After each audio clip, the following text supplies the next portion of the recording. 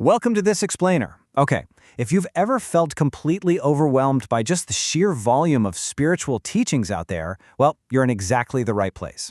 Today we're exploring a brilliantly simple framework by Master Ouyi. He totally recognized that spiritual practice can sometimes feel like trying to drink from a fire hose. So to solve that overwhelm, he outlined a really effective blueprint that splits Pure Land practice into two distinct paths. Let's get right into it. Okay, let's dive into this. Here is our roadmap to demystify these profound concepts today. 1. Two paths of practice. 2. The exclusive path.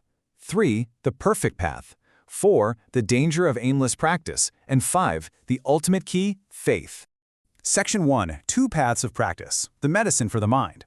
To really grasp Master Ouyi's blueprint, we first have to recognize that spiritual practices, they are absolutely not one size fits all.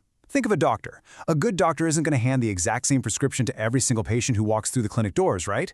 Instead, they prescribe specific medicine based on that individual's unique condition.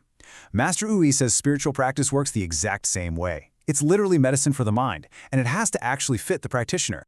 So here are the two main prescriptions, exclusive practice and perfect practice. And I want to clarify right up front, because this is absolutely crucial. There is no high or low between these two paths. One is definitely not superior to the other. They're simply designed for different types of people. Exclusive practice is tailored for pure simplicity and laser focus, while perfect practice is tailored for expansive action and integration. Let's see how this builds, starting with the exclusive path. Section 2. The exclusive path. Relying on the boat. This path is basically a lifeline. It is specifically designed for folks who might be a bit older, maybe physically exhausted, or just completely overwhelmed by the idea of studying complex, heavy scriptures. If you don't have the time or the energy to become a philosopher, this is the path for you. Let's look at the actual definition. Exclusive practice means directly relying on what's known as Amitabha Buddha's 18th vow. It demands just 3 simple things from you: sincere faith, a genuine desire for rebirth in the Pure Land, and single-minded chanting. Pointing out to a stressed-out, exhausted person that they need to study widely usually backfires, right? It just piles on more anxiety. That's exactly why this incredibly simple, focused method is the perfect solution for them. It removes the pressure and just replaces it with pure reliance. Master Shandao called this the 3 karmas. It's all about aligning your entire being. 1. With the body, bowing with sincere respect. 2. With the mouth, chanting without a single interruption. And 3. With the mind, focusing solely on the Buddha. Body, mouth, mind. When these 3 elements lock together, they create this unbreakable, absolute focus that just completely cuts through all the worldly noise. And this brilliantly illustrates the sheer reliability of the exclusive path. Master Shandao famously said, 10,000 people practice, 10,000 people go. Why is it so foolproof? Well, think of a small child needing to cross a wide, rushing river. You wouldn't expect the child to swim across. No way, they drown. Instead, that child just needs to firmly hold on to a massive, sturdy boat. The boat does all the heavy lifting. In this practice, the chanting is how you hold on to the boat. Section 3. The perfect path. The root and the branches. Now, let's shift our focus over to the second path. Built upon the foundation of Amitabha Buddha's 19th vow, the perfect path is really designed for those who are healthy, whose conditions are right, and who just have the energy and capacity to do more out in the world. Perfect practice involves using that exact same chanting as your primary foundation, but then you expand outward. You utilize all other good deeds, including charity, patience, and wisdom, which are known as the 6 paramitas, as your supporting actions. So you do all these expansive, wonderful good deeds in the world, and then you dedicate all the merits of those actions strictly towards your ultimate goal of reaching the Pure Land. I absolutely love this meal metaphor to explain how the balance works here. Chanting the Buddhist name is the main dish. It is totally essential. The good deeds and the 6 paramitas, those are the side dishes. The richer and more plentiful the side dishes are, the better the overall meal becomes. But make no mistake, while those side dishes vastly enhance your meal, you absolutely cannot skip the main dish. The core practice has to remain your anchor. Which naturally brings up a pretty fascinating question. If chanting the Buddha's name is enough to get you on the boat, why do we even need to bother doing good deeds at all? Take a second to think about the logic there. If the exclusive path works so well, why did Master Ouyi even bother outlining a perfect path? Well, the answer lies in the natural progression of the human heart. Let's walk through this logical flow together. True, deep faith naturally sparks immense gratitude. When you actually feel that level of gratitude, it spontaneously creates a desire to benefit others. And of course, a genuine desire to benefit others naturally leads to good deeds. So good deeds aren't some exhausting chore you have to reluctantly check off a list. They're a completely natural byproduct of sincere faith. Chanting is the deep root, and the good deeds are the beautiful, flourishing branches. The deeper the root grows, the more lush the branches become. So the crucial point is this. Regardless of which path actually fits you best, they both rely on two massive pillars. The exclusive path leans really heavily on faith and reliance on the Buddha's power. The perfect path heavily emphasizes vows, generating a mind of enlightenment and dedicating your worldly merit. But here is the beautiful unification. Faith and vows are exactly like the two wings of a bird or the two wheels of a cart.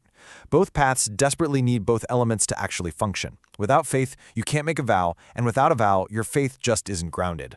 Section 4. The danger of aimless practice. Now we need to pivot for a second and talk about a very common, very dangerous pitfall in spiritual journeys. A lot of people dabble. They read different scriptures, they try out different meditations, they explore different philosophies.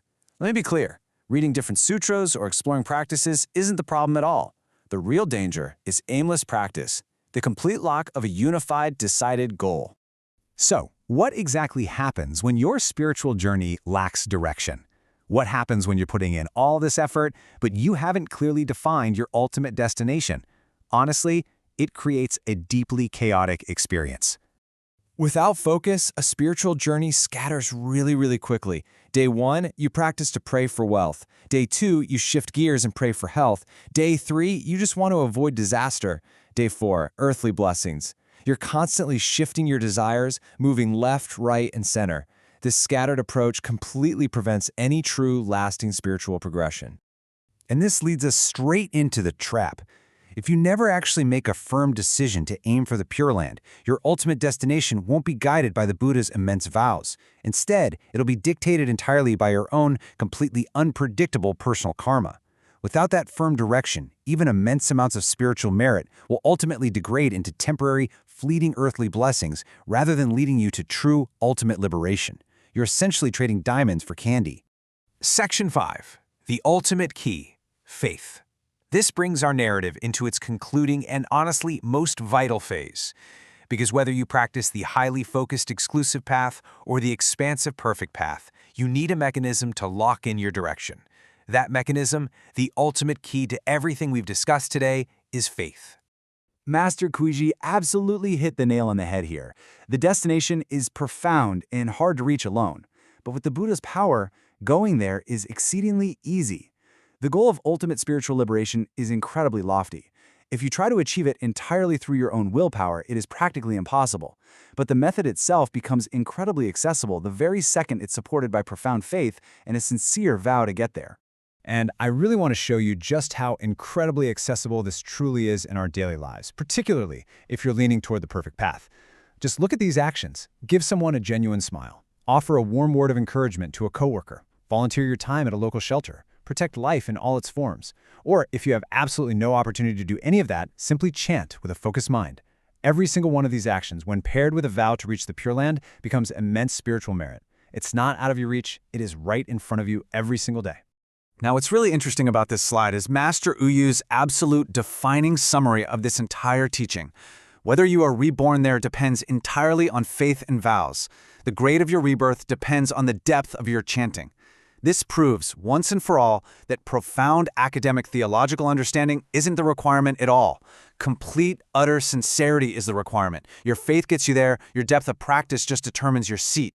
Which leaves us with one final, all-important question. What is your direction? Are you going to choose the laser focus of the exclusive path or the expansive, world-engaging perfect path? Whichever you choose, just don't let your spiritual journey be dictated by aimless wandering. Lock in your faith, set your vow, and choose your path. Thank you so much for joining me on this explainer today, and I really hope this gives you the clarity you need to move forward.